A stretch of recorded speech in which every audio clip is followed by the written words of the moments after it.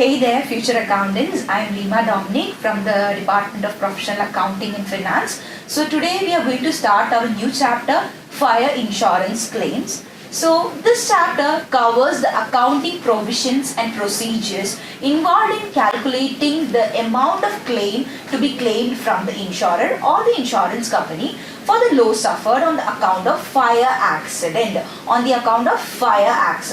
The loss for which the claim may be made could be loss of stock or loss of profit. This chapter focuses on the claim for loss of stock.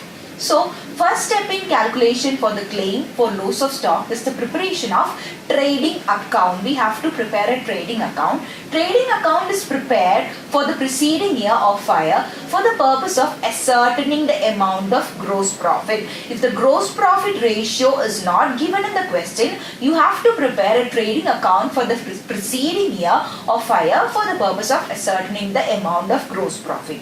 Using the gross profit, you have to calculate the gross profit ratio. So the first step is preparation of trading account. Then moving on towards the next step is the ascertainment of rate of gross profit. That is ascertainment of rate of gross profit using the gross profit we calculated using the trading account of the preceding year. The rate of gross profit is ascertained by using the formula, that is gross profit divided by sales into 100. So the second step is ascertainment of rate of gross profit. Moving on towards the third step.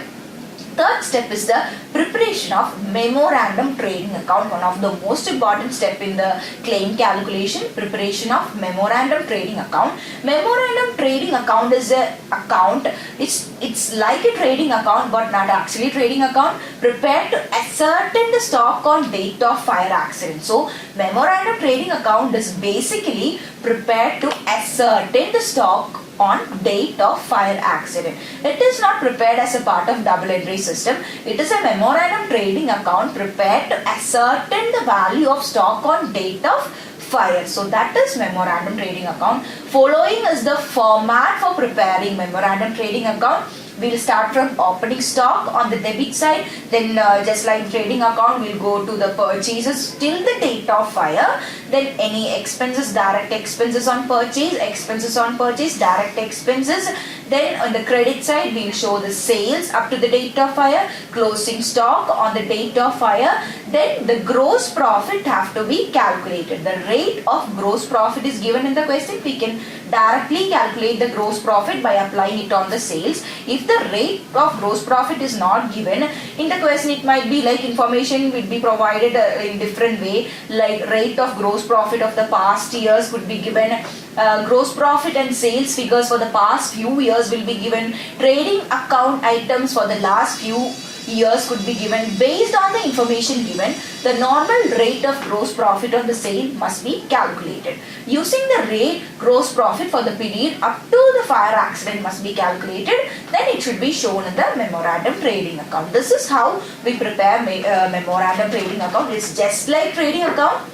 Starting from opening stock, then purchases, expenses on purchases, any other direct expenses, all this should be shown in the debit side. Then on the credit side, sales, closing stock. Then the only difference is that in memorandum trading account, we show the gross profit. We calculate the gross profit and show, and the balancing figure will be the closing stock. Closing stock is the value of stock on date of fire accident. So the balancing figure in memorandum trading account is the closing stock. That is the thing you have to remember. So moving on towards the fourth step. Fourth step is the ascertainment of actual amount of loss. We have to calculate the actual amount of loss. Actual amount of loss is calculated using the formula.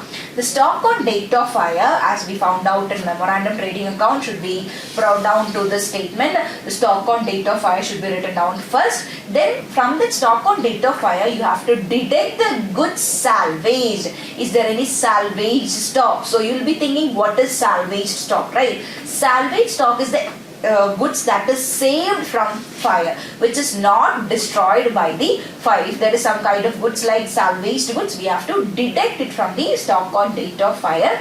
Then if there is any expenses incurred for extinguishing the fire, we have to add it to the stock on date of fire, because we have to treat that expense as a loss incurred along with the loss of fire. So we have to add it to the stock on date of fire. Then we'll get the actual amount of loss. This is how we calculate the actual amount of loss. Starting from stock on date of fire, out of that you have to deduct the salvage stock, then add the expenses incurred for extinguishing the fire. You will get the actual amount of loss suffered by the party.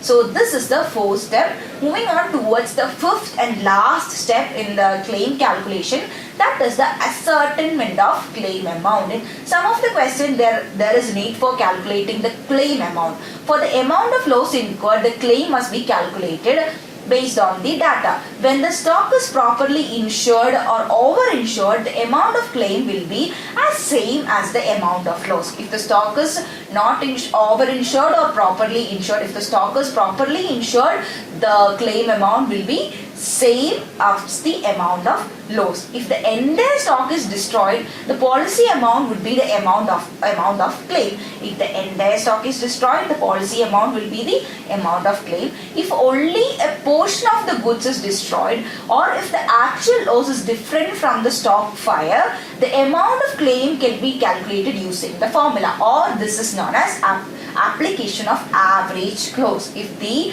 stock loss is less than the insurance amount, we have to apply this formula for calculating the claim. Amount of claim is equal to policy amount into actual loss of stock divided by the stock on date of fire. This is how we have to ascertain the claim amount. So in total we have 5 steps: calculation of loss of stock.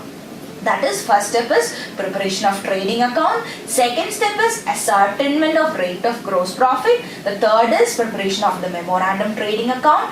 Then the next step is ascertainment of actual loss of stock, actual loss, amount of loss. Then ascertainment of claim amount. That is the last step involved in calculation of the loss of stock policy. So this is all about our loss of stock policy. Thank you all for listening.